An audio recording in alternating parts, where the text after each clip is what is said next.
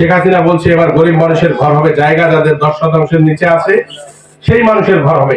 আমার এই ছিটমহলের মায়েরা কোনোদিন একটা ইটের বাড়ি করতে পারবে না।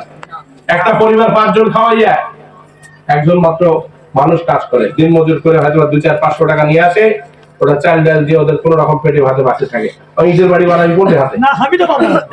কোথা থেকে বানাবে বলেন দেখি?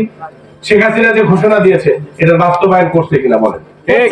এই যে আশ্রয়ন প্রকল্পের ঘরগুলো, এই ঘরগুলো আপনারা কোনোদিন কল্পনা করছেন যে আশ্রয়নের ঘরগুলো যেটাই হোক না কেন, হয়তো এখন মনে হওয়া পারে যে সরকারি ঘর দিছি, এই মধ্যে টাকা আছে, অন্যরা উল্টি করবি নাকি, সরকার দেখি পছন্দ করে নাই, এটাই তোমার করে দেয় কে? সেটা কথা বলতো। এত সুন্দর ঘর এটা করে দেয় কে? এখন যাদের জায়গা আছে বাড়ি নাই তাদের ব্যবস্থা করা হবে আলহামদুলিল্লাহ। এটার জন্য শেখ হাসিনা দরকার আছে আমাদের। আগামী নির্বাচন খুব সন্নিকটে। এই ঘোড়াঘাটে